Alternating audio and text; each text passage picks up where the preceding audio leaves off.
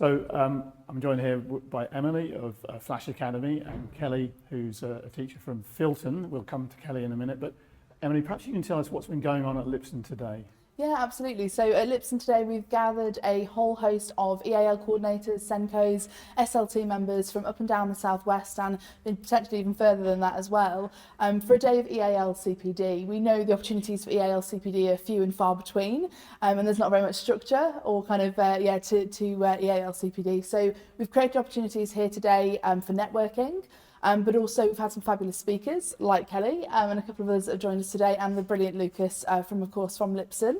And yeah, we've been sharing really kind of practical classroom strategies, but also we've been talking a little bit about the update to the Ofsted inclusion framework, getting people prepared really and sharing that best practice and good recommendations and sharing resources as well, which is really important for EAL.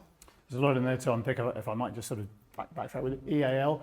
English as an additional language. English as an additional language, What does that mean yes. in practicality? Absolutely. So we're talking about our multilingual learners, so students that might speak a different language at home, they might have English as their second language. In some cases, it's their third language as well. So it's not a wildly known acronym. Actually, we were talking about this just earlier today about using letters instead of So the purpose of this conference today, which is for the whole of the Southwest region, is to bring people together who might deal with those sort of students and those sort of situations, and sharing best practice, I suppose. Is that what we say?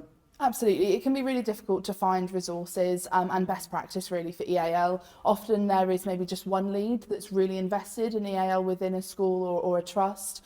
So yeah, it's really giving them that space to be a bit creative, learn more from each other, ask those questions and make connections hopefully as well.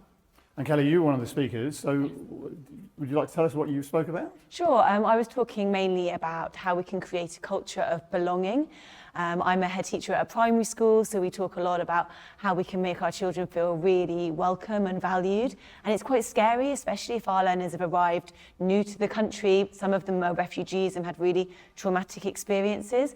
And we want to make sure that their first few days are set up, really well organised and planned by staff, that they feel happy and safe, and that the staff have the resources to be able to make their start to the school as smooth as possible. And some of those resources that Emily sort of touched upon when she was talking, but it's sort of mental well-being as well. It's not just purely learning the language and things, it's integration and all that comes with that, isn't it? It is. There's so many elements to belonging. We talked a lot about representation and the displays and the environment in school, about things like uniform and the resources that the children need, the language acquisition, and teachers having a chance to assess the language quite quickly using FlashAcademy to make sure that we get the right resources and the right scaffolds and interventions in place for the learners. And FlashAcademy, who were the host of the event, well, I suppose Lipson were the host of the event, but you were driving the event. Tell us a little bit about what FlashAcademy does and why it's so important. And within something again you mentioned earlier, is that Ofsted are very interested now in EAL. That's sort of taken a new level, I think, has it? Absolutely they are, and we're really lucky in that Lucas and Lipson have been a customer of ours for quite a while now, so lots of children that attend Lipson will have some contact with FlashAcademy, and we've had a couple of the kids here today using our learning platform. Essentially, FlashAcademy is a digital EAL and assessment platform. What's great about it is that we actually teach English from the student's home language where possible as well. So we do have the English to English pathway, but we have 48 different home languages on the learning platform at the moment. So yeah, it's a whole host of content. It's about really teaching them the words they need to know for their mainstream curriculum classes, assessing them so teachers can get a better idea of where their proficiency is at and where they're at in their new language learning journey.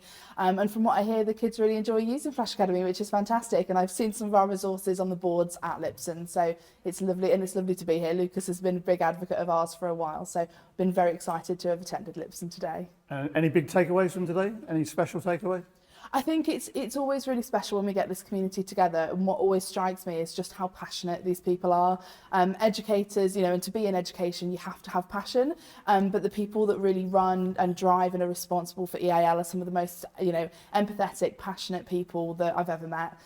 So yeah, it's just really lovely to see, and really love to see these things being taken away and put into practice. And Kelly, same for you. Any particular takeaway you'll be taking back to Bristol?